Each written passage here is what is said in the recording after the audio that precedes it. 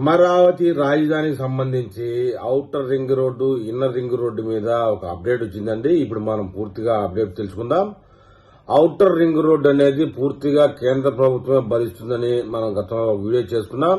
ఇక inner ring road విషయానికి వచ్చేటప్పటికి ఇలాంటి సమాచారం ఈ మధ్య రాకపోవడంతో ఉందా ఎత్తేశారా అనేటువంటి అనుమానాలు నెలకొల్పుకున్న సందర్భంలో ఇప్పుడు మనం పూర్తిగా ఆ విషయాలు తెలుసుకుందాం. మొత్తానికి ఎటు తిరిగి అమరావతి రాజధాని ORR కు సంబంధించినటువంటి మొత్తం బడ్జెట్ కేంద్ర ప్రభుత్వం భరించడానికైతే సిద్దపడుతుందని మనం గతంలో తెలుసుకున్నాం. ఇది అందరికీ తెలిసిన విషయమే.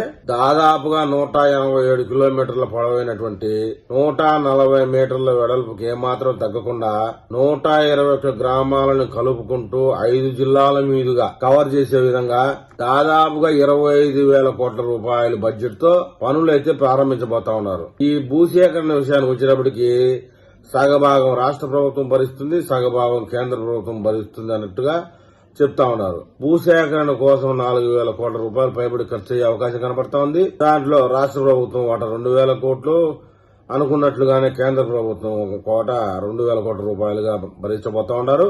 ఆ యొక్క పనులు గాని ఒక్కసారిగా పట్టాలు ఎక్కినాయంటే 3 సంవత్సరాల్లో అంటే దాదాపుగా 36 నెలల్లో పని పూర్తయ్యే అవకాశాలు అయితే ఉన్నాయని చెప్తా ఉన్నారు. కేవలం కృష్ణానదిలో బ్రిడ్జీల నిర్మాణమే ఆలస్యం తప్ప 2 చోట్ల బ్రిడ్జీలు వచ్చే అవకాశం ఉంది. 6 లైన్ బ్రిడ్జీలు కూడా 6 లైన్ తోనే ఉంటాయి. ఇలాగా ఔటర్ రింగ్ రోడ్డు గురించి అయితే పూర్తి అప్డేట్ అయితే మనకు తెలిసిందే. కానీ ఇప్పటి వరకు ఇన్నర్ రింగ్ రోడ్డు విషయంలో ఎవరు కూడా ఊసెత్తలేదే, దాంట్లో అప్డేట్ రావడం లేదే అని చెప్పేసి అమరావతి వాసులు ఆందోళన చెందుతున్న విషయం మనకు తెలిసిందే. అసలు ఔటర్ రింగ్ రోడ్డు ఉంది కాబట్టి ఇన్నర్ రింగ్ రోడ్డు తీసేశారేమో అనే అనుమానాలు కూడా వెలుగుతూ ఉన్నారు. అమరావతి రింగ్ రోడ్డు అనేది కేంద్ర ప్రభుత్వం చేసే పని కాబట్టి ఇప్పటికే దానికోసం 5 స్పెషల్ రెవెన్యూ అధికారులను నియమించడం జరిగిపోయింది. కలెక్టర్ రేంజ్ లో వాళ్ళకి అధికారాలుంటాయి. భూసేకరణ ప్రక్రియ కూడా చాలా వేగంగా చేయబోతా ఉన్నారు.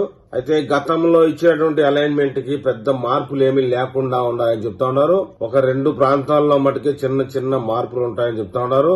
గతంలో మన జగన్మోహన్ రెడ్డి పరిపాలనలో ఉండగా కొన్ని గిడ్డంగులకి కొన్ని నిర్మాణాలు జరిగిన ప్రదేశంలో తప్ప కేవలం ఆ ప్రాంతంలోనే కొద్దిగా పక్కకు జరిపి అలైన్మెంట్ మార్చే అవకాశం ఉందని చెప్తా ఉన్నారు. సరే, అది పక్కన పెడితే అమరావతి ఇన్నర్ రింగ్ రోడ్ విషయానికి వస్తే రాబోయే 3 నెలల్లోనే పనులు ప్రారంభించబోతా ఉన్నట్టుగా సమాచారం. దీని విషయమే గతంలోనే DPR రెడీ అయిపోయిందనే విషయం కూడా మనం ఒక వీడియోలో చెప్పుకున్నాం. DPR సిద్దమైంది, అలైన్మెంట్ సిద్దమైపోయింది. కానీ 2018 సంవత్సరంలో తయారైనటువంటి DPR 2025 వచ్చింది. పనులు ప్రారంభం మొదలుపెట్టే సమయానికి దాని బడ్జెట్ పెరిగే అవకాశం పుష్కలంగా ఉంది. అలైన్మెంట్ మాత్రం ఇన్నర్ రింగ్ రోడ్డుకి ఎలాంటి మార్పు లేదని చెప్తా ఉన్నారు. మరో 3 నెలల్లోనే పనులు ప్రారంభించడానికి ప్రభుత్వం సిద్ధంగా ఉంది. ఈ యొక్క పనులు BOT పద్ధతిలో చేయాలని నిర్ణయం తీసుకున్నారు. బిల్డ్ ఆపరేటర్ ట్రాన్స్పోర్ట్ అనే విధానంలో ఎవరైతే ఈ నిర్మాణాలు చేస్తారో వారి సొంత ఖర్చులతోనే బ్యాంకు నుంచి రుణాలు తెచ్చుకొని ఆ రోడ్డును నిర్మించాల్సి ఉంటుంది. ఆ రోడ్డు నిర్మాణం తర్వాత 20 సంవత్సరాల వరకు ఆ యొక్క నిర్మాణ సంస్థ దాన్ని భరించాల్సి ఉంటుంది. కోతులు పడ్డా మెయింటెనెన్స్ ఉన్నా కూడా 20 సంవత్సరాల రోడ్డుని వారే దాన్ని పునరుద్ధరించాల్సి ఉంటుంది. రోడ్డు పక్కన ఉన్న గ్రీనరీ గాని, CC కెమెరా వ్యవస్థ గాని, A to Z inner ring రోడ్డుకి సంబంధించినటువంటి అన్ని విషయాల్లో ఆ సంస్థదే బాధ్యతగా ఉండబోతా ఉంది. అందుకోసంగా కొన్ని ప్రాంతాల్లో టోల్ గేట్లు నిర్మించడం జరుగుతుంది. ఆ టోల్ గేట్ల ద్వారా రెవెన్యూ జనరేట్ అవుతుంది. ఇది మనం హైదరాబాద్ లో ఔటర్ రింగ్ రోడ్లు చూస్తున్న విధానానికి దగ్గరగానే ఉంటుంది. మిగతా గ్యాప్ ఏదైతే ఉందో బడ్జెట్ విషయానికి సంబంధించి కేంద్ర రాష్ట్ర ప్రభుత్వాలు ఫుల్ఫిల్ చేస్తారన్నట్టుగా చెప్తా ఉన్నారు.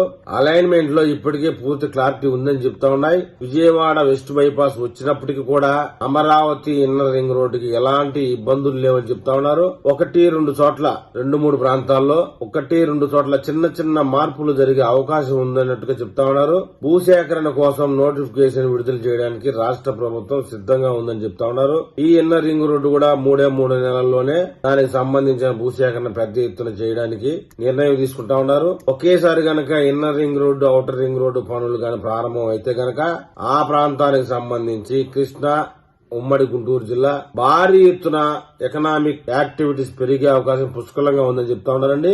అమరావతి రాజధానికి గుండెకాయ లాంటి ఔటర్ రింగ్ రోడ్డు మరియు ఇన్నర్ రింగ్ రోడ్డు సాధ్యమైనంత త్వరగా ప్రారంభించగలిగితే గనక 2029లో ఎన్నికలకు ముందే ఆ పనులు పూర్తయ్యే అవకాశాలు పుష్కలంగా ఉన్నాయి. ఇప్పుడు గానీ లేట్ చేసినట్లయితే కాస్త outer ring road inner ring road కూడా ఎలక్షన్ టయానికి దాటిపోయే అవకాశం ఉందని కూడా చెప్తా ఉన్నారు. ఆ పనులు 70-80% పనులు అయ్యి ఎలక్షన్ కు వెళ్లే అవకాశాలు కనపడతా ఉన్నాయి. ఆ తర్వాత ఖచ్చితంగా ఎన్నికల హడావుడికి కొంతకాలం ముందే పనులు ఆపాల్సి ఉంటుంది. ఎన్నికల కమిషన్ చేతిలోకి వెళ్ళిపోతుంది కాబట్టి సమయం ఆ తర్వాత మనం చెప్పడానికి వీలుండదు.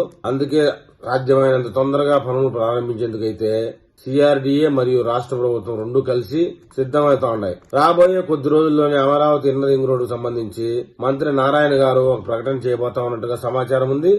ఆయన ప్రకటన చేసిన తర్వాత ఆ ప్రకటనలోని అప్డేట్ మళ్ళీ నేను ఒక వీడియోగా చేస్తాను. ఆ వీడియో మీకు చేరాలంటే నా ఛానల్ సబ్స్క్రైబ్ చేయండి, లైక్ చేయండి.